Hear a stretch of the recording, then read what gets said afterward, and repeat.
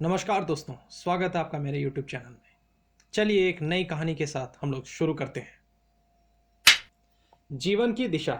एक छोटी सी घटना से मैं अपनी चर्चा शुरू करना चाहूँगा। कोई 2500 वर्ष पहले एक छोटे से गांव में एक सुदास नाम का व्यक्ति था। बहुत गरीब। उसकी एक छोटी सी तलई थी। उसमें कमल का एक फूल बेमिसाल खिल गया था। उसे बहुत खुशी हुई। उसने 5 रुपए निकाल कर उस सुदास को देना चाहा। सुदास हैरान हुआ, 5 रुपए को कोई देगा इस फूल के? लेकिन इसके पहले कि वो रुपए लेता, पीछे से नगर में जो सबसे बड़ा धनपति था, उसका रथ आकर रुका। उसने कहा, सुदास ठहर जा, बेच मत देना। 5 रुपए देगा वो सेनापति तो मैं 500 रुपए दूंगा। सुदास तो हैरान हो गया। ये बात तो सपने जैसी हो गई कि फूल के कोई 500 रुपए देगा। सुदास बड़ा धनपति की ओर अपने फूल लेकर, लेकिन तभी पीछे धूल उड़ाता हुआ राजा का स्वर्ण रथ भी आ गया। और उसने कहा, सुदास ठहर जा, धनपति जो देता होगा उससे 10 गुना मैं तुझे दूंगा। सुदास की समझ से बाहर थी ये बात। इतनी धनराशि कोई एक फूल के लिए देगा?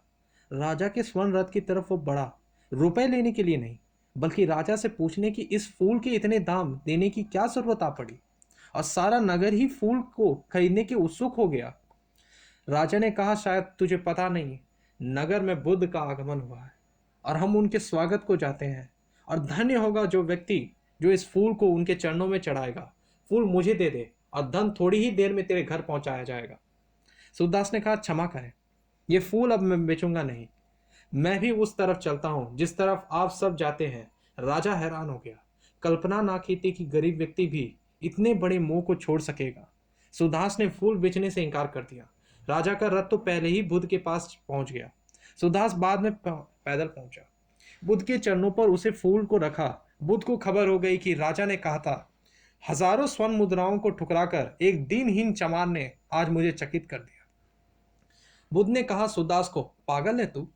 पीढ़ियों तक तेरी जीवन की चिंता, आजीविका की चिंता समाप्त हो जाती, फूल बेचा क्यों नहीं? सुदास ने कहा, जो आनंद उस धन से मुझे मिलता, आपके चरणों में फूल को रखकर, उससे बहुत अनंत गुना आनंद मुझे मिल गया है। बुद्ध ने मुझे बिच्छुओं के दिनहीन मनुष्य नहीं है। ये बहुत संस्कृत और साक्षिक सुरक्षित व्यक्ति है।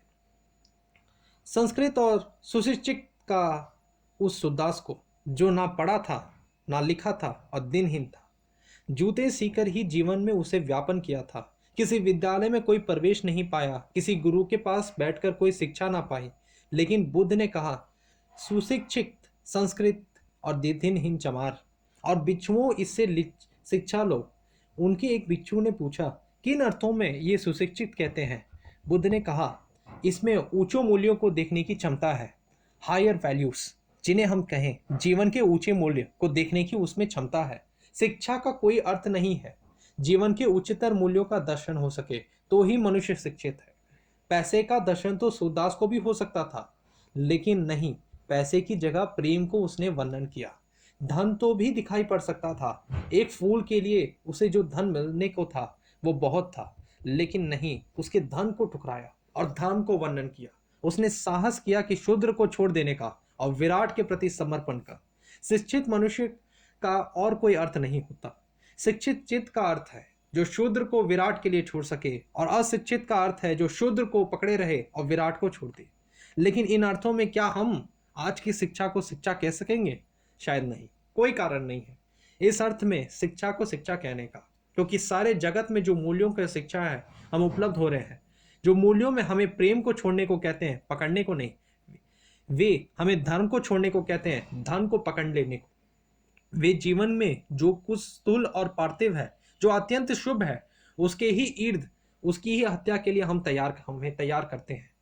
जो जीवन का विराट है, जीवन में चिन्मय है, जीवन में जो भी श्रेष्ठ है, जो शूद्र से भी वेदी के समान किया जाता है, तो नहीं किया जा सकता। जिसे हम शिक्षा समझ बैठे हैं वो शिक्षा है। होगी आजीविका के उत्पन्न के लिए विधि, लिविंग उसे आ जाती है, लाइव आजीविका मिल जाती होगी, लेकिन जीवन उससे छीन हो जाता है। आपको ये कहानी अगर अच्छी लगी दोस्तों तो लाइक कीजिए, सब्सक्राइब कीजिए और शेयर कीजिए। नमस्कार।